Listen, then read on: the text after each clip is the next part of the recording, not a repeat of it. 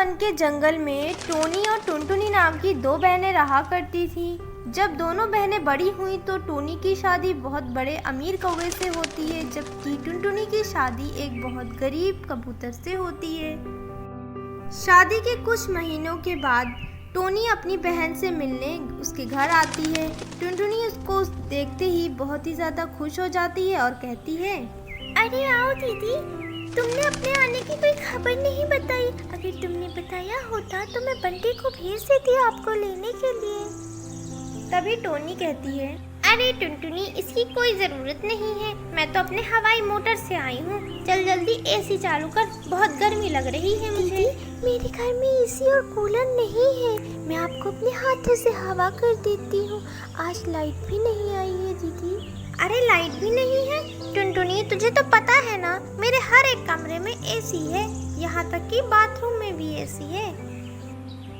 और तू तो ठहरी गरीब, तेरी इतनी औकात कहाँ कि तू एसी लगवा ले मुझसे पैसे ले और अपने घर में एसी लग। नहीं दीदी, हमें एसी की कोई ज़रूरत नहीं है।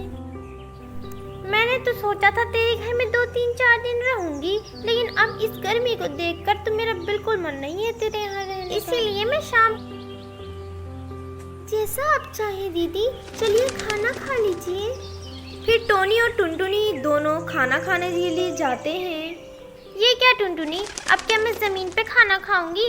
मेरे घर में ना बड़ी सी डाइनिंग टेबल है, कभी मेरे घर आना तो मैं तुमको दिखाऊंगी हम कैसे खाना खाते हैं।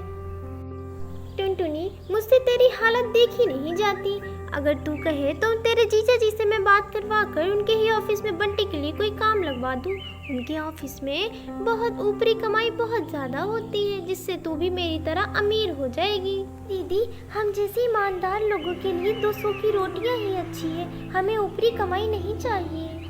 टुनटुनी की बात सुनकर टोनी बहुत ही गुस्सा हो जाती है और कहती है, देख टुनटुनी, तेरी यही बात मुझे अच्छी नहीं लगती। ठंडे दिमाग से सोच के मुझे बताना, समझी? मैं जा रही हूँ। इतना कहकर टोनी अपने हवाई मोटर में बैठकर अपने घर चली जाती है। कुछ दिनों बाद टुनटुनी के पति बंटी कबूतर का प्रमोशन होता है और उसको कंपनी एक बंगला और एक हवाई मोटर मिलता है। फिर टुनटुनी और बंटी कबूतर बहुत ही ज़्यादा खुशी खुशी अपना जीवन बिताने लगते हैं। फिर कुछ महीनों बाद टोनी का पति कालू कौवा रिश्वत लेने के जुर्म में गिरफ्तार हो जाता है और उसका बंगला और हवाई मोटर दोनों ही जब्त कर लिए जाते हैं। टोनी की हालत बहुत ही ज़्यादा खराब हो जाती है। ये सब टुनटुनी अपने पति बंटी कबूतर को बताती है। उन दोनों को टोनी की हालत देखी नहीं जाती और अपने घर बुला लेते हैं। फिर टोनी टुनटुनी के घर आकर कहने लगती है, टुनटुनी बहन, मैं क्या करूं? बहुत परेशान हूँ। तुम्हारे जीजा जी को पुलिस ले गई, मैं क्या करूं? मुझे कुछ समझ नहीं आ रहा। हमारा बंगला, हवाई मोटर सब जब्त कर लिया गया है। तुम अपने पति बंटी कबूतर से कह के मेरे पति को छुड़वा लो, तुम्हारा बहुत बड़ा एहसान होगा। दीदी, जीजा जी की इस हालत की कहीं ना कहीं आप भी जिम्मेदार हो, क्योंकि आपने जीजा जी को कभी भी बुरे काम करने से रोका नहीं। जाने दीजिए, आप परेशान मत होइए, आप हमारे घर में ही रहिए। अब तो हमारे घर में एसी भी लग चुका है। टोनी अपनी गलतियों पर शर्मिंदा होते हुए कहती है, बहन मुझे माफ़ कर दे।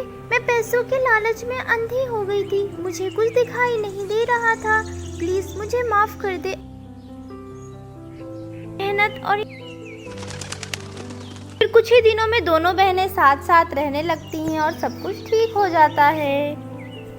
प्यारे दोस्तों, अगर आपको हमारी स्टोरी अच्छी लगी तो हमारे चैनल को सब्सक्राइब कर लीजिए। मैं मिलती हूँ नेक्स्ट वीडियो में, तब तक के लिए बाय।